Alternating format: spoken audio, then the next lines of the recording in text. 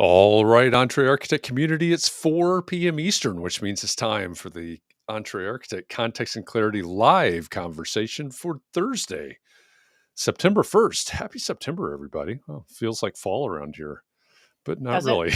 No. No, it does not. Happy middle of the summer, everybody. Oh boy, if this is your first time here, welcome. Glad you're here. Glad you found Context and Clarity live. Let us know that you're here. Say hi. Depending on where you are, let us know where you are. Tell us about yourself. If we've never met before, my name's Jeff. I'm in Indianapolis. I come here every weekday afternoon at 4 p.m. Eastern for one reason, so that we can find clarity around the things that matter most to you, the architect. It doesn't matter if you're the employee of a firm or you own your own firm. Maybe you circled a date on the calendar and you've said 2022 is my year and you're on the runway to starting your own thing. Or maybe you have owned your own firm for a year or 10 years or 33 years and you're starting to rethink or reimagine what that firm could or maybe even should be. All of the topics that we cover, one topic every day, they all fall under the broad umbrella of the business of architecture, and they're all the need to know topics for the success of small firm architects just like you. So thanks for joining us today. Great to have all of you here. And as usual, for Context and Clarity Live, I am joined by Katharine MacPhail. Hi, Katharine. Hello, Jeff. Nice to see you. It is good to see you. Well, I just want to say, I feel like I need to say this every year, but actually September is still summer. I mean, it is still summer until the 22nd. And so it is technically still summer. Yes. Yeah. Yeah. But it feels like, that's when we used to go back to school and it feels like summer's over, but. Yeah, but it actually doesn't. And I remember just wearing wool, like a new wool skirt and in my new wool sweater and my knee socks and just being so miserable because really it was summer, but I wanted it to be fall. Yeah. Right. But it's just not even blazing hot for most of our audience right now.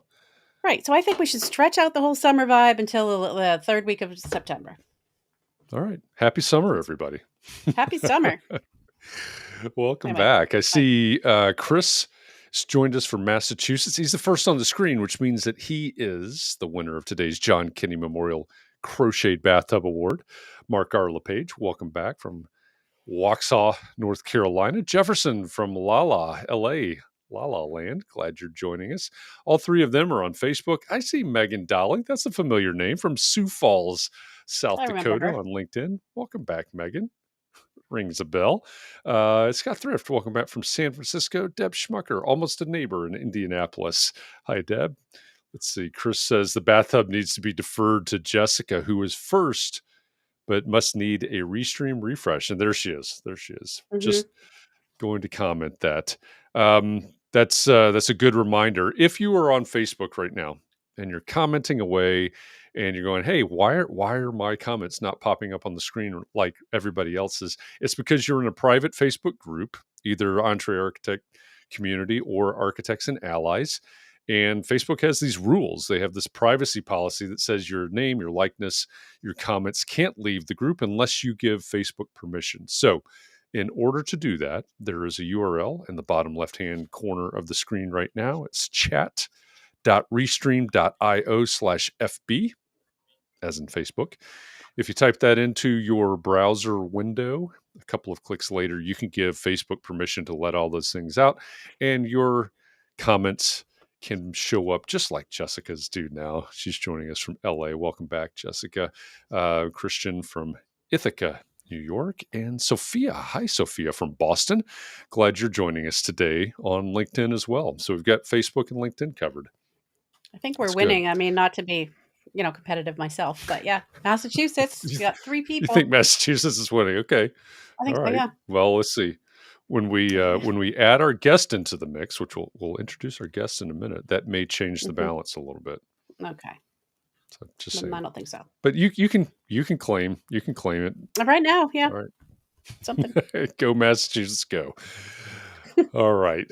With that, we've been looking forward to this story for a while. I think there are a lot of people in our community that have really been looking forward to the story we're about to hear and learning from it and being able to apply it to their businesses, to their firms. So let me go ahead and introduce our guest today, who is an architect. a wife, and a mother, and not necessarily in that order. Maybe we'll find out more about that. She's also a servant leader and a volunteer at a local, state, and national level. She's a fellow of the American Institute of Architects. She's the co founder of Dougherty plus Dougherty Architects, and now the managing principal at Perkins Eastman. Betsey Olenick Dougherty, welcome to Context and Clarity Live. Well, thank you, Jeff, and thank you, Katharine. It's a pleasure to be here. It's great to have you here. Like I said, we've been, I will ask all the time, right, for people, hey, if you have a recommendation, if you have a suggestion for a future guest for Context and Clarity Live, who would it be? And your name came up with someone that I think from someone that I think you know pretty well. And it was really related to these conversations that we have around the idea of, hey, I started my firm and now I'm growing my firm and it's going to evolve, and all the things that happen over the life of an architect, the life of a firm. And Mandy Freeland said, you need to talk to Betsey. I said, okay, I'll reach out to Betsey. So thank you for joining us. We've been waiting to hear this story. Can you tell us, starting with birth, I don't know if that's necessary, but I am a boomer, as you can tell by looking at me, and I know that those of us who fall into that genre find ourselves in a period of transition professionally. Yeah. But our origins go way back. So to take you back to the Wayback Machine a little bit, I do believe that we all credit our parents. If we had a great relationship with parents who we loved and respected and they supported us in whatever we wanted to do, that's where it begins. Yeah. So that's kind of where my story begins. And if you want to go back to birth, I was just mentioning I was born in Guantanamo Bay, Cuba. My dad was a naval officer. We relocated to the U.S. when I was 2.5, settled in Southern California. That's where I grew up. And probably my career story begins in high school when I wanted to take a drafting course. And I was not permitted to do so. This was 1967, and girls did not take drafting. Amazing. So the best I could do was art classes, and I piddled around, with art at home, and did a lot of my own sculptural work. And so I got into woodworking. That was how I built a portfolio to get me into UC Berkeley as an art major. Amazing. And it was there that I felt a little marginalized because I thought that the art department was so subjective and self-important that it made me a little crazy.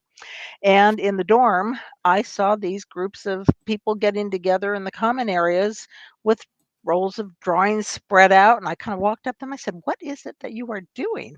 And these were architecture majors. And I thought, I would like to do that.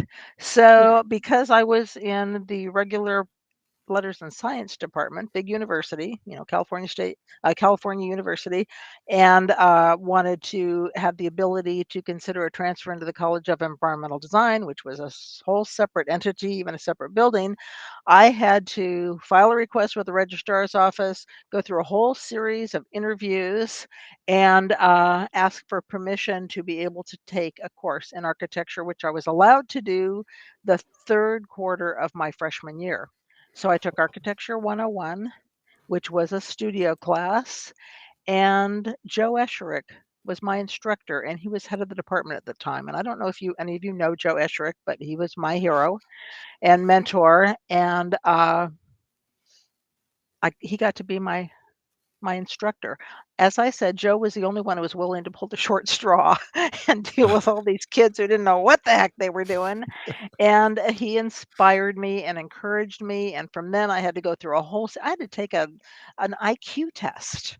I remember it to this day that they changed the direction of the lighting on a clock that was rotating and you had to say which way it was.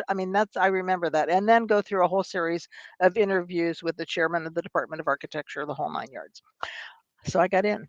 And ultimately, that class that I managed to graduate with in 1972, I was one of a half a dozen women in the entire class of 300. Whoa. So times have changed, and they changed actually as soon as when I got into the graduate program, which I went back to at Cal. So while I was undergraduate, I met Brian Dougherty. You might recognize that name. And we met through a common friend who said, "Hey, you have to come to, room 103C, which doesn't exist anymore, and there will be a guy there with a guitar." And Brian was the guy with the guitar. So Paul, our mutual friend, and Brian and I became the Three Musketeers, and we did group projects together. And by the end of the following year, he decided that there was no future with his high school sweetheart. I broke up with my boyfriend, and we became a couple in 1972 after the winter break. And that was 50 years ago. Can you believe that? Congratulations. Seriously, and it was at that time that we talked about someday having a practice together. So we were kids. We celebrated our 21st birthdays together and moved to Southern California, worked for the same firm for a year. I walked in, got the job. They said they were hiring. I went down. Brian's waiting for me on the curb. I said, "Brian, they're hiring. Go up and talk to them." Because nobody was hiring in the Bay Area. We had to go south for that. They hired him too, and of course, and he shows them the portfolio that we did a group projects, and they said, "Gee, we've seen this before." And he said, "Oh, has Betsey been here?" I thought, "Come on, Brian, seriously." So we both got hired. We both worked for the same firm. That was that summer that we went across Canada and the U.S. and I met his family for the first time.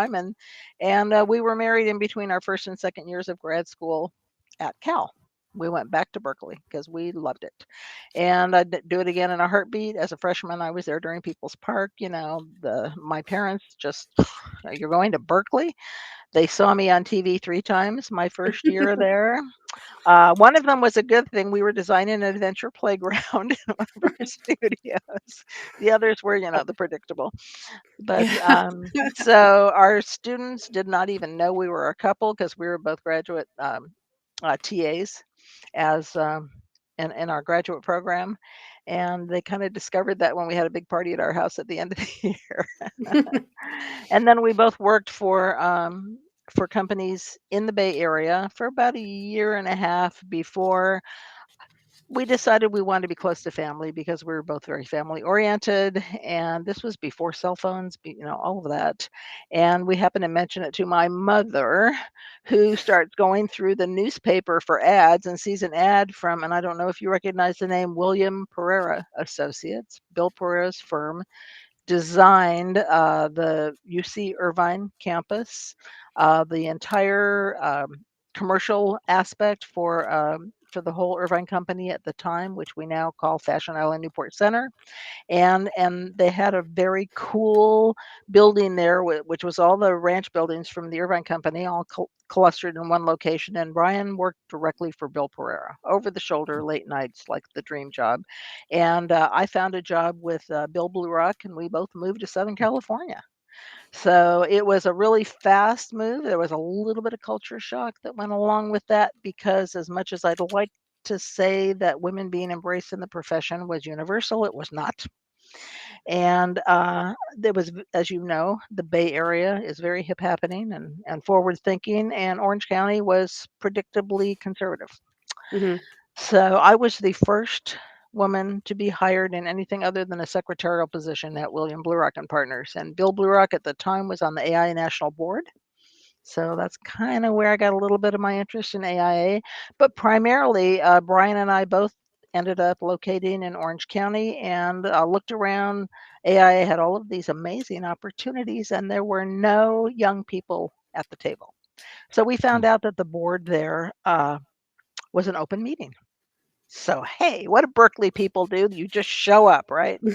So we showed up and started showing up at the board meetings. And before we knew it, a friend of ours, including Bill Blue Rock's son, Tom, led the associate, of which now I'm involved with the emerging professionals at AIA. So what goes around comes around.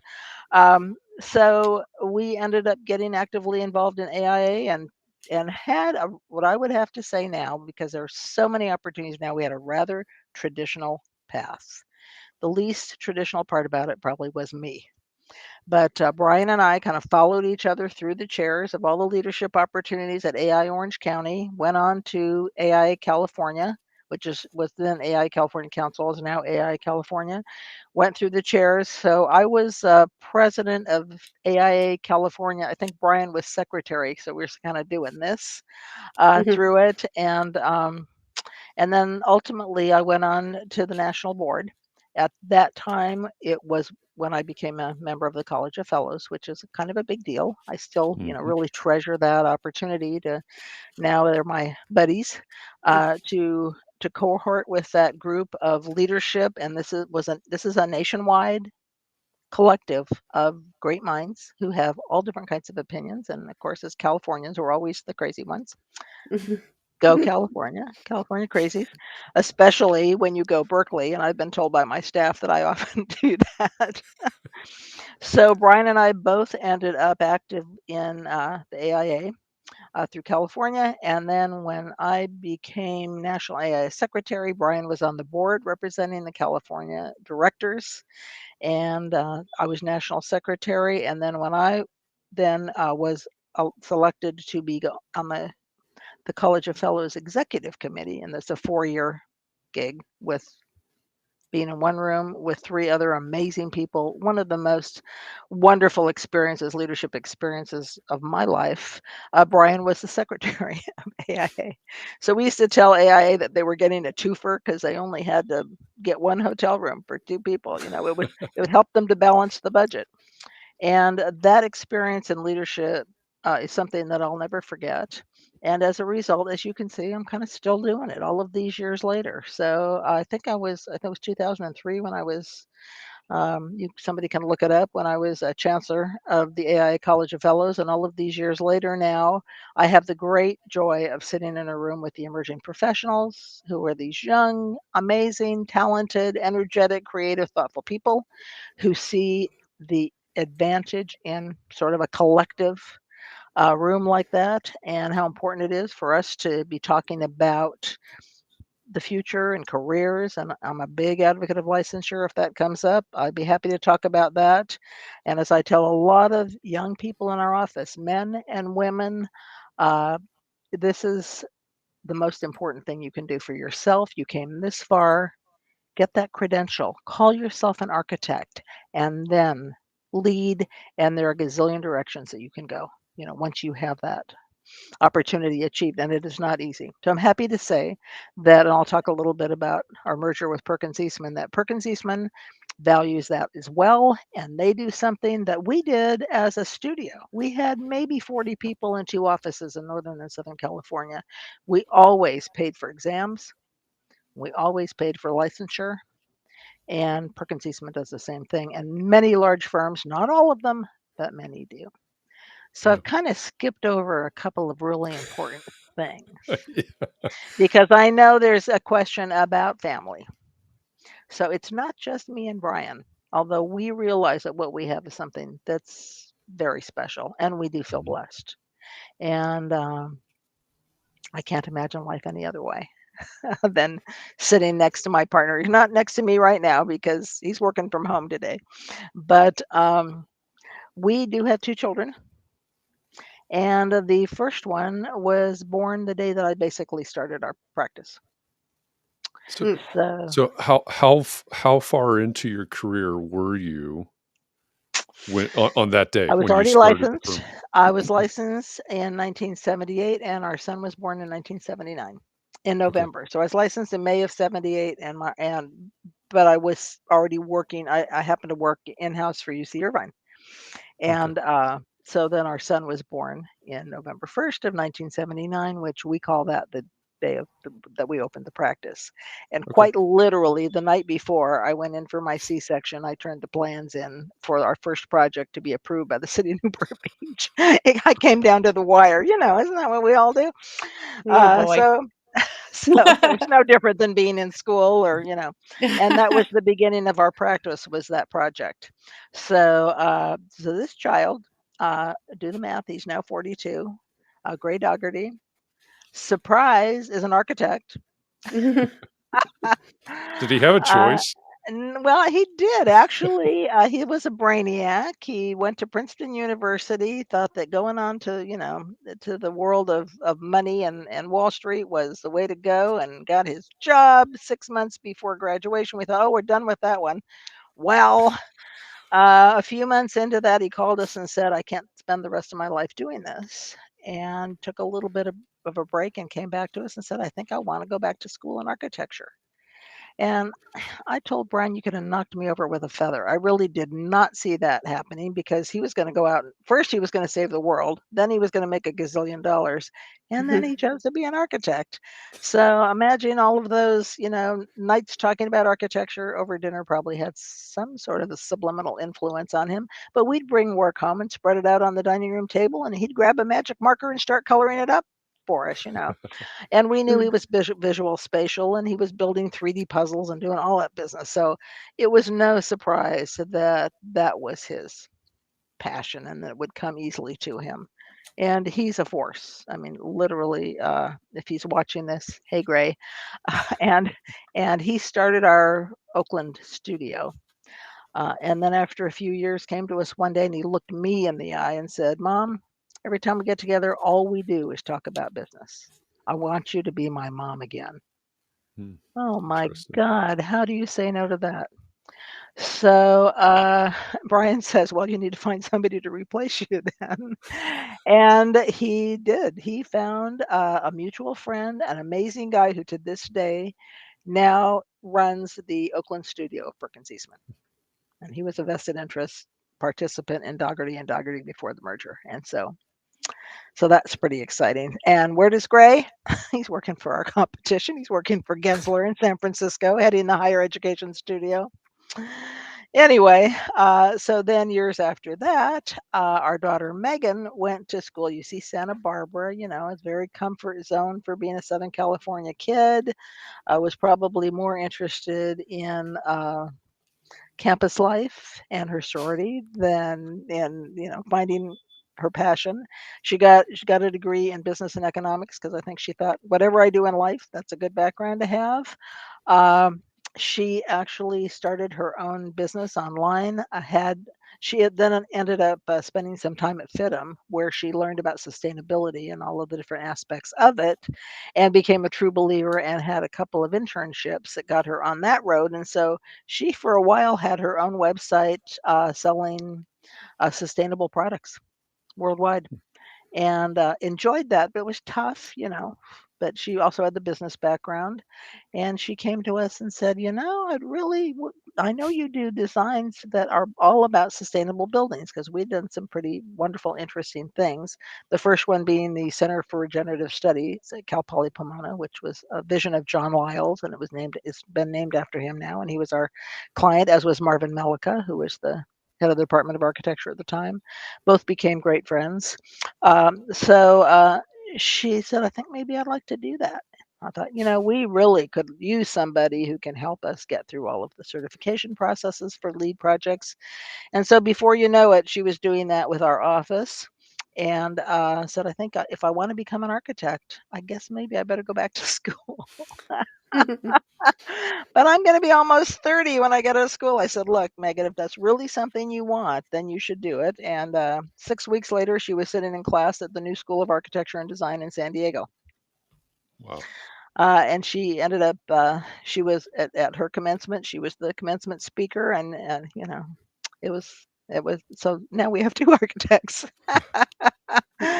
Never saw that one coming. And Megan does still work. So she worked for Dougherty and Dougherty, and and she was a vested participant in Dougherty and Dougherty. And when we merged with Perkins Eastman, she came along, and so she's an owner in Perkins Eastman, and she is now the whole Western region representative for sustainability for the firm. And this firm really, we're members of the AI 2030 initiative, and have a really strong emphasis on not just sustainability, but health and wellness. And so there you go. So there's the family. We do have a grandchild. She's not ready for college yet, so we'll see what happens. But she has her. Yeah. Well, she has our son Gray's energy and enthusiasm, and so we'll see where that takes her. So that is the family story. So now you get a little context for the merger story. Yeah. Yeah. So, Before you go uh-huh, there, uh-huh. just as I'm listening, I'm just thinking, I don't think there's any way to extract, it's a wonderful story. I don't think there's any way to extract the family from it, right? It's Not just really. part of the DNA of it. It is. Yeah. What is the, what has been, I guess, the best part and then the worst part about this being a whole family affair? Well, probably the most difficult part was that conversation with Gray Yeah. when he chose to make his own way. And I can appreciate that. Mhm. Megan just got married. She gets to change her last name. She doesn't have to carry that brand. That's gonna be her escape, is that? Yeah, so kind of. But I would say that that was a tough one for me. Yeah. Because I kind of felt that I was the reason that it didn't, things weren't working out. But I certainly understood it, and Gray and I have a lot of characteristics in common. So Mhm. that was maybe the worst. Okay. Also, I think that when all of your kids are working for you and the market is tough, Yeah. you worry a little bit about their future because they are a part of your future and they don't have their own gig.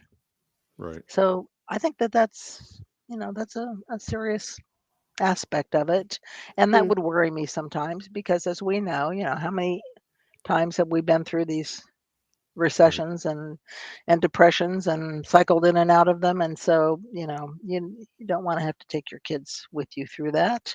But they both have business degrees, so I mean they can spreadsheet me under a rug. They can see things coming that I can't. And they're amazing. So the best part is we are blessed. Yeah. We are so blessed to have kids who have found themselves, and of all things, within the choice that we made for ourselves, they found it was also a place that they could be their own people. And they're very different people, and they practice architecture in very different ways. Mm. And I think maybe that's something also that the listeners might want to hear and understand and appreciate, because there are so many ways that you can be an architect. Right. And the ways are endless. And ours happen. I would have to say that when I think of my own personal path, it was pretty straight arrow predictable. Mhm. And today there are so many other choices because, it's kind of like an arrow going through leave high school, get into a good university, graduate, get some experience, go back to graduate school, get your license, open your practice, ba-doom, ba-doom, ba-doom, and here I am today. And 50 years have gone by. Brian and I are going to the 50th anniversary of our undergraduate graduation at Cal in September at homecoming this year. So Wow. I know. It's 50 years with the same guy. Oh my God. Anyway, I think I've kind of covered the working with family. And if you would ask me Yeah. how I look at the merger acquisition with Perkins Eastman, I would suppose maybe you would have to say that in life, chapter 1 is, home life with your family. And then when you go away to college, it kind of begins chapter 2. Okay. And then Brian and I get together as we predicted and worked for other people, and then ultimately started our own practice. Very scary. $10,000 non-secured line of credit from the bank. I mean, seriously, that's how we got it, through a connection that I had at a former office where one of the principals was on a board of a school district, so they couldn't get the job, but they referred me because we were a woman-owned firm. So I'll take that, Yeah. So Yeah. and so that's kind of how it started. So then what that would be, starting our own practice would be chapter 3, and so now it's chapter 4. And Brian and I knew when we turned 65, and our staff called this the rolling 5-year clock. We should start thinking about leadership and ownership transition, because we don't want to think that all of these years that we have spent building this practice, I mean, it just goes down the tube. We hired a consultant from the Cox Group. I don't know if anybody is familiar with that, who came to our office, put a mirror in front of us and said, okay, you've got a few choices. Number 1, you kiss everybody goodbye and close the door. That's not what we wanted to do. Number 2, you do a merger acquisition. Look for a match, which we hadn't really spent much time talking about or thinking about.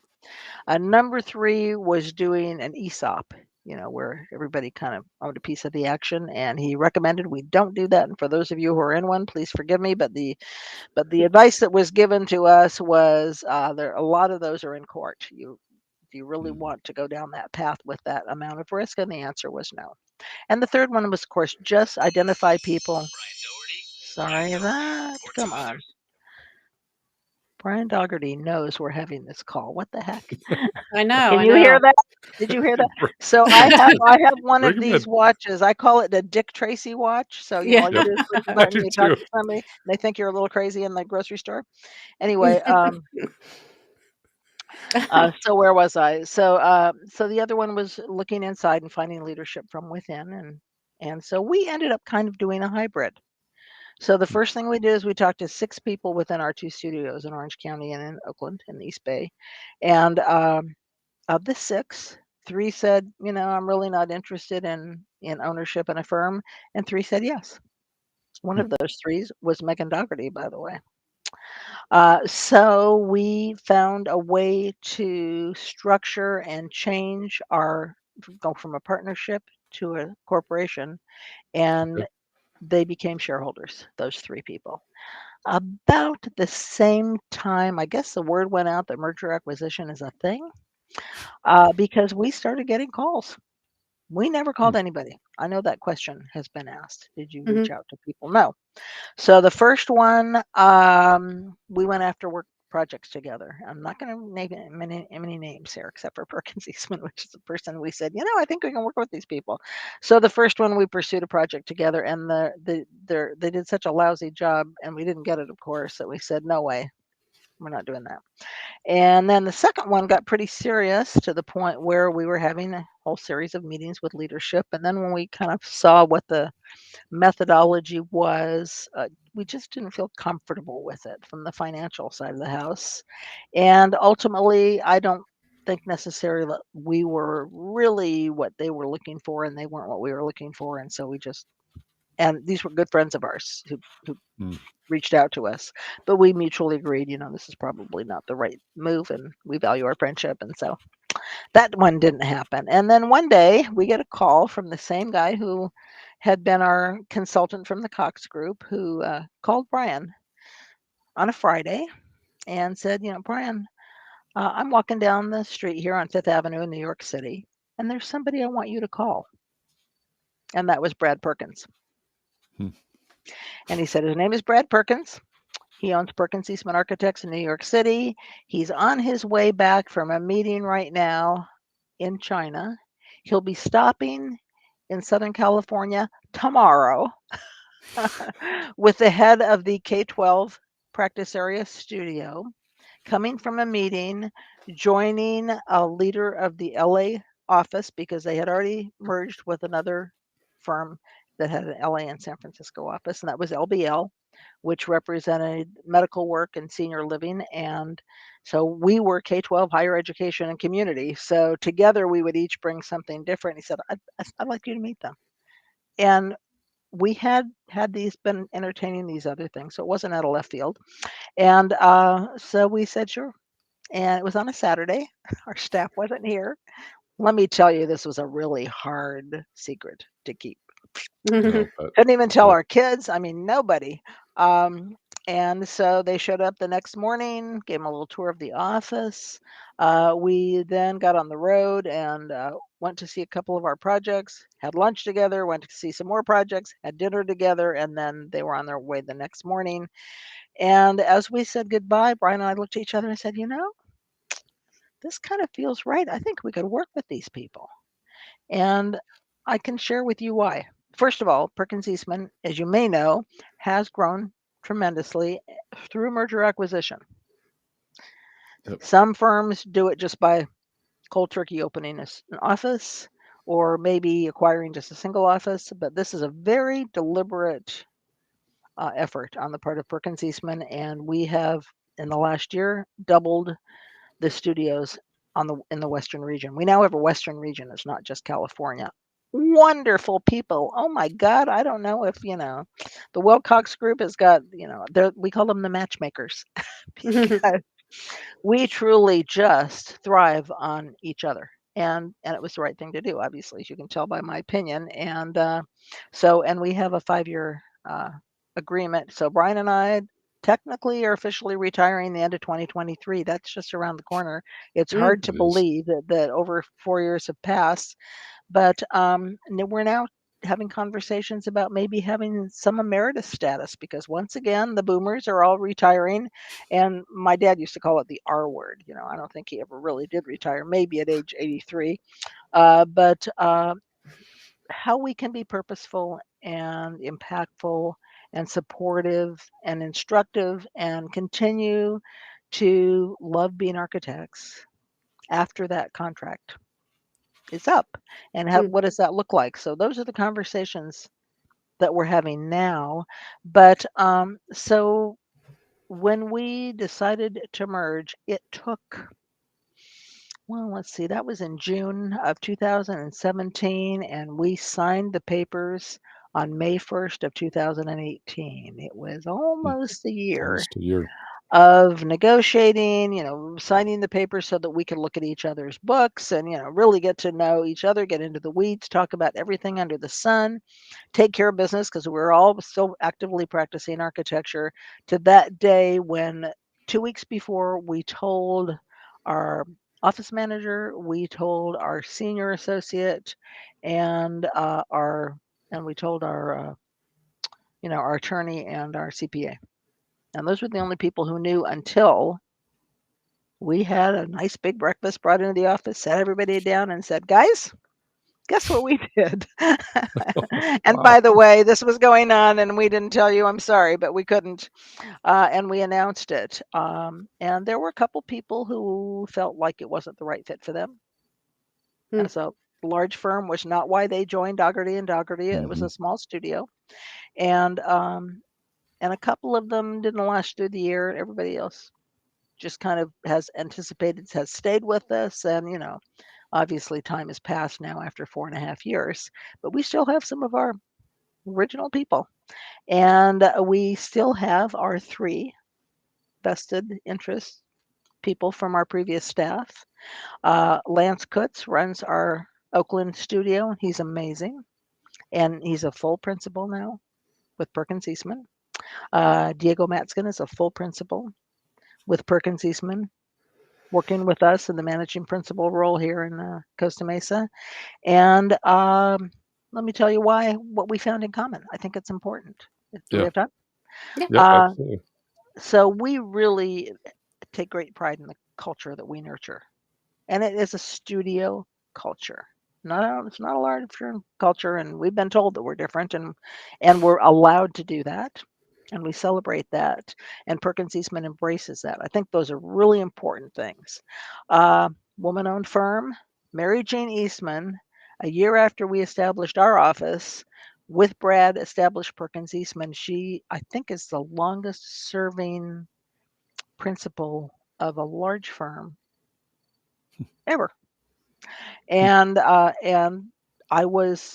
established at what at that time was a woman-owned practice in Southern California. So we were the first woman-owned firm in Southern California, which was, obviously kind of ahead of the game. And it did help us to establish our practice because a woman business enterprise had some chops at that time. I don't think it really does anymore. But so we shared that. It was really important. And because of that, also, I think both firms attracted women, professional women, women in leadership, women with families. We've been 50% female from day one, and we still are. And as I've always said, I hire the best person for the job. And maybe it had something to do with having a visible woman principal, probably. But I'm seeing people responding about Gray. Our son Gray, by the way, is very social, and everybody knows Gray, and he's been involved in AIA and everything else. So you'll probably see that's who he's talking about. Yes, it is a small world. And so now I can't remember what I was talking about. I got a little distracted there. You're talking But about women working for your firm. yes, and so Dougherty and Dougherty in 2011 was awarded the Diversity and Inclusion Award from AIA. It was long before Perkins Eastman because we merged in 2018, but we shared that. We shared those values of diversity, equity, and inclusion, not just gender. We've also always had a very diverse international staff. I don't know, it just happened. It was not deliberate, but so enriching. And so we celebrate that today. That's also very important to Perkins Eastman. Something that Perkins Eastman, and also paying for exams. I think I mentioned that. Yep. Perkins Eastman has black spectacles. They hand it to every person in the company who's looking to take the exam. Paying for that. Yeah, black spectacles is a study that they have. Oh, I thought they literally gave everybody black glasses. Well, I'm sure that was sort of part of, I didn't name that company, but I'm sure that was a subliminal message there. Yeah, I guess. I'm wearing my black spectacles Me too, today.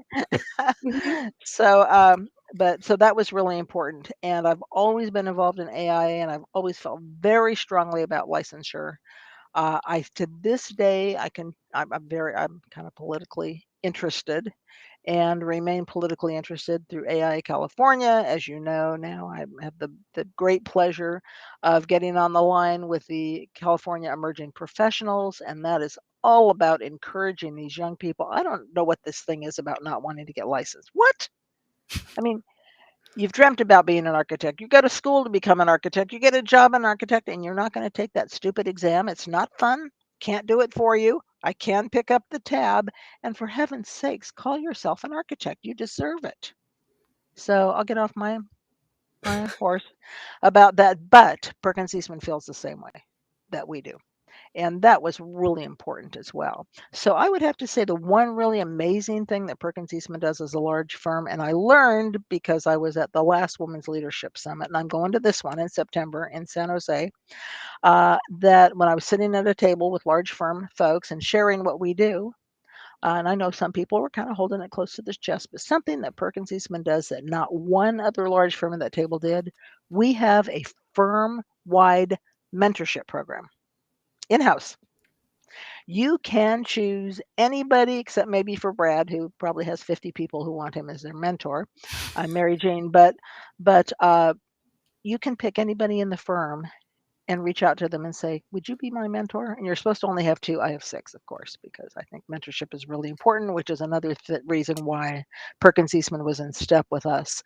And that's why I enjoy the emergency professionals so much. But it's the only firm that I know of, and you can do a ladder. I could choose a member of the executive committee as a mentor here, and then I can have another mentor down here. We call that a ladder. I'm in between.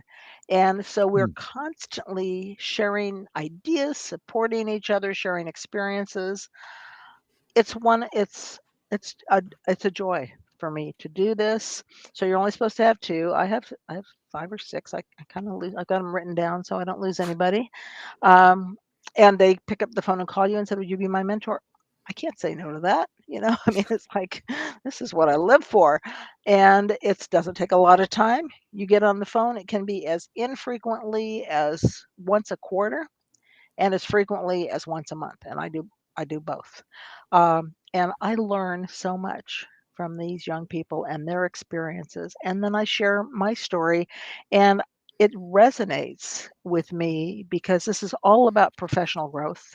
This is all about being a member of society and humanity and what we can do. It doesn't just break your heart when you watch the news at night. Oh my God. First of all, we can't seem to get on top of war. I don't know why. And then, as we're all dealing with this global warming, and here I am sitting in my office in Southern California. Ordinarily, it's maybe 80 at this time of year, and it's 95 outside. And our plants are withering, and we can't water them, and it's like all the things that we were talking about, and our thesis. Brian and I both had a thesis in sustainability. term wasn't coined at the time. Then, of course, we worked on the Center for Regenerative Studies at Cal Poly Pomona early in the game. But then we said, we're on a 30-year clock. We have to do something. Well, that was 40 years ago. Mhm. That date has come and gone, and we're still in trouble. And I'm supposed to be a member of this great society that was going to save the world. You know, I was in Berkeley in the 60s. Well, we did a good job of that, didn't we? I think we've really screwed up big time. And I think we all have to feel personally responsible for it. And as architects, we can take the responsibility for that 50% of the impact that comes from our built environment. Mhm. And our natural environment. So it's another passion of mine. People ask me, what are you going to do after you retire? And I got about a dozen things. I bet. I'm The not first surprised. of which, believe it or not, my father being in World War II left behind weekly messages, telegrams to my mother that I found after they both passed away with words cut out of them. Hmm. And I'm going to scan every one of them, and I'm going to write his book that he never got to write. So that's the first thing I'm going to do when we retire. Amazing. And he has photographs that nobody's ever seen. They're in his little photo. He has a picture on his battleship taking a photograph of a kamikaze plane that's headed right towards him.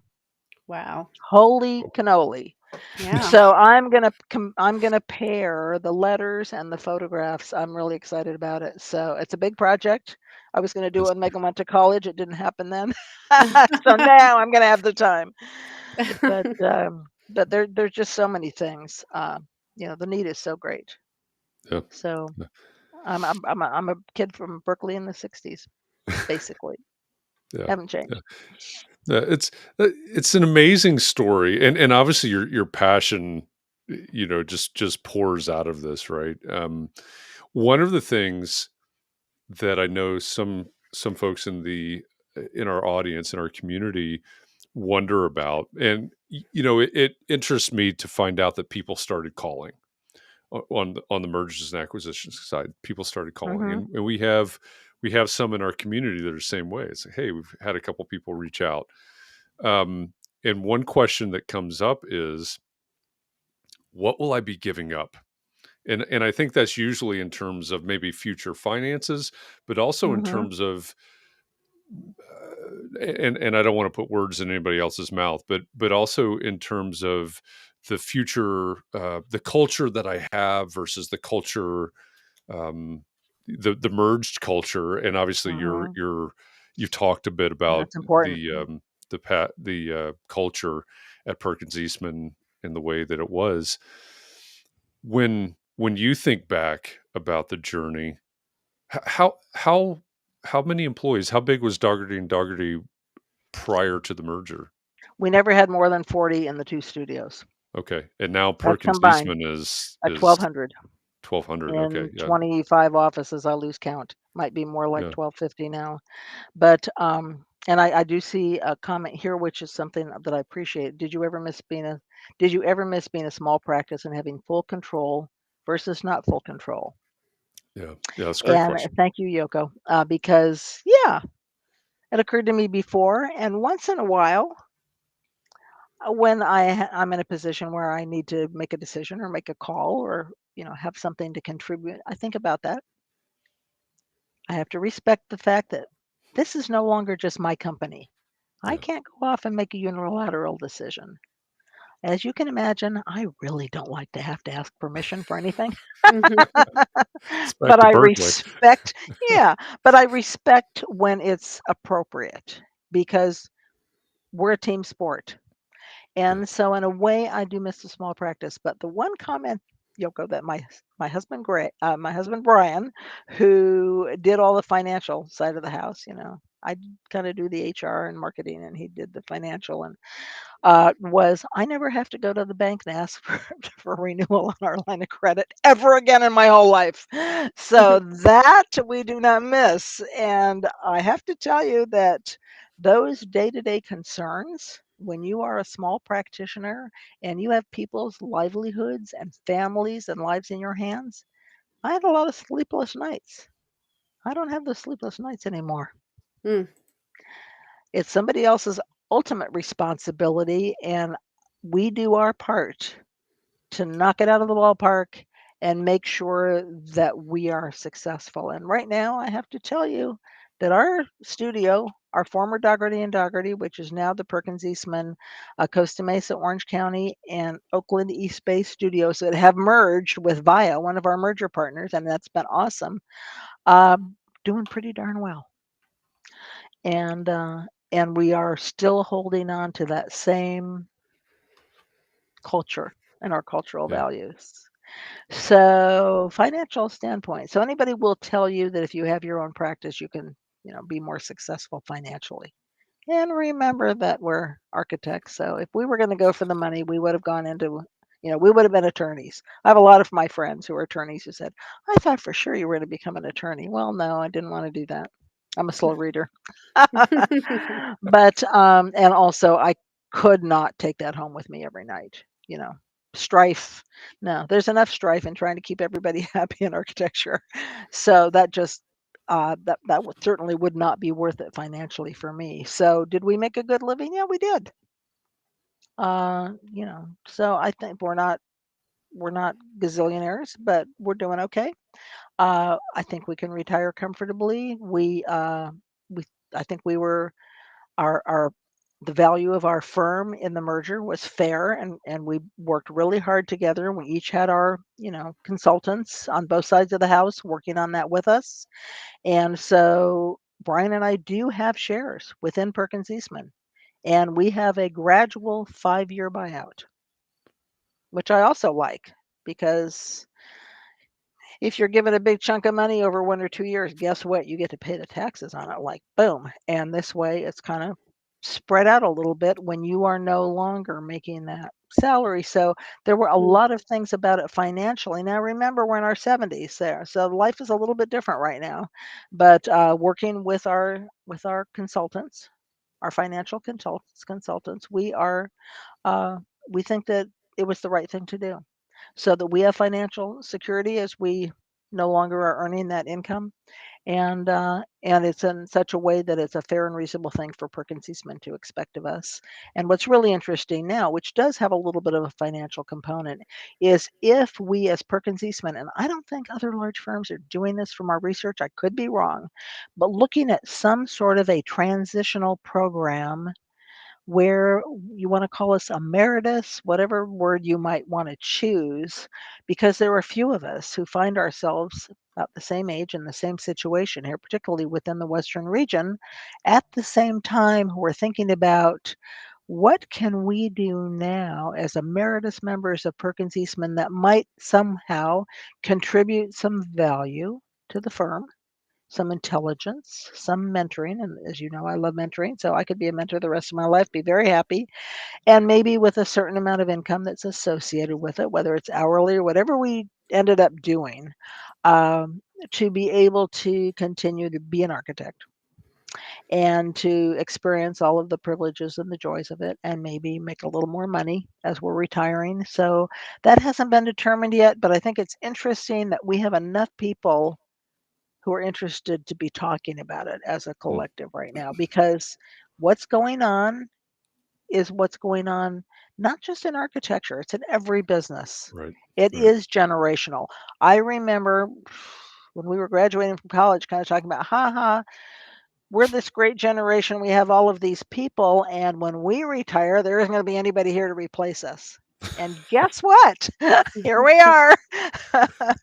And we like to think that there are those amazing, talented young people out there who would choose this path, and that they would find the same satisfaction that we have and be able to make their own contribution. So time will tell. Yeah. We don't all They're fry out there. first. They are out there. They are. I It's know they are, because belie I meet with them on a regular you basis. do. Yeah. 6 of them. Yep. 6 of them just from your firm. Yeah.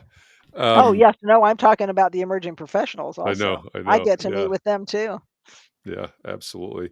Believe it or not, we've made it to the top of the hour already. So maybe as a Unbelievable. way to wrap this up, it's been a fantastic conversation. But maybe what's one piece of advice for anybody that's um, what's one piece of advice for anybody? And we've got a lot of firm owners here, small firm owners here.